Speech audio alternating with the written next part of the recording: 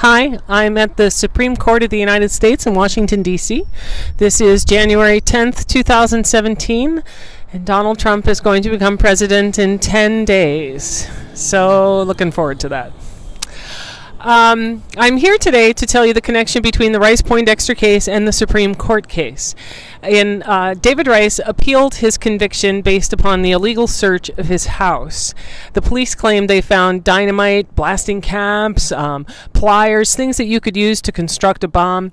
David Rice always contested that. He absolutely said he did not have dynamite in his house, that the police planted it there. Unfortunately, at the trial, his attorney was afraid to say that. But by the time his case got to the United States Supreme Court, his supporters were here in Washington. It was 1976, I believe, when they did oral arguments, and they absolutely said he did not have dynamite in his house and the police had to have planted it there. But unfortunately, you can't appeal your conviction because police have planted dynamite in your house. He appealed his conviction based upon the fact that the search itself was illegal. The police said, first they said they were going to David Rice's house looking for Dwayne Peake. Well, Dwayne Peake didn't live there. They weren't friends. There was no reason for Dwayne Peake to be there. They also said that they got a tip from an unnamed informant.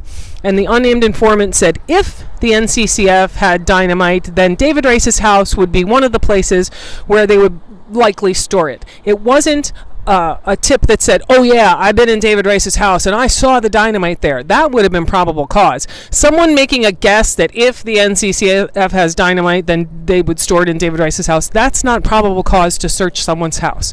So a federal judge agreed that the police did not have probable cause. And then a second appeals court agreed with that first judge and said, no, the police didn't have probable cause to search the house.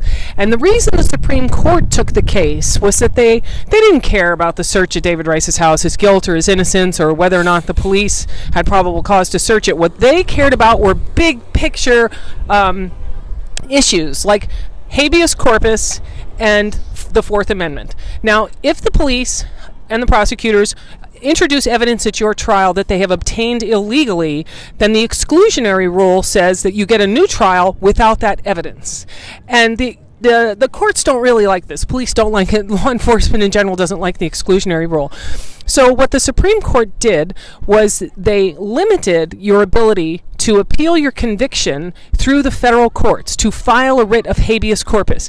Habeas corpus is older than the Bill of Rights. It's in the main body of the Constitution. So what David Rice did was he appealed to the federal courts, and then that came all the way to the United States Supreme Court, and then the Supreme Court said, you know what, we're going to change the rules on Fourth Amendment claims. If you want to appeal your illegal search and seizure, do it in the state courts. And if you want to appeal to the United States Supreme Court, you have to do it from the state Supreme Court on a writ of certiorari. We're taking away habeas corpus on these Fourth Amendment claims. And so people who say that David Rice had his conviction affirmed by the Supreme Court, that's a lie. They didn't affirm his conviction. What the Supreme Court did was change the rules for filing Fourth Amendment claims. You can't do habeas corpus. You have to do writ of certiorari. So poor David Rice, it's 1976. It's the height of the bicentennial when this decision is handed down, July of 1976. We're all celebrating democracy and freedom and the Bill of Rights and everything else. And so David Rice goes back and he appeals for a writ of certiorari from the state Supreme Court on these Fourth Amendment claims, and the Supreme Court said to him, it's too late. You should have done that years ago. So according to many of the legal scholars who've looked at this case, David Rice was held in violation of the Constitution for the entire 46 years that he was in prison, because no one ever said that the search of his house was legal. It wasn't legal. He should have gotten a new trial, but he didn't. And then the thing you need to know about Ed Poindexter is he tried to appeal his conviction based upon the search of David Rice's house, and he was told, no, it's not your house, it's David Rice's house. But they had a unitary trial. The two of them sat there together in the court.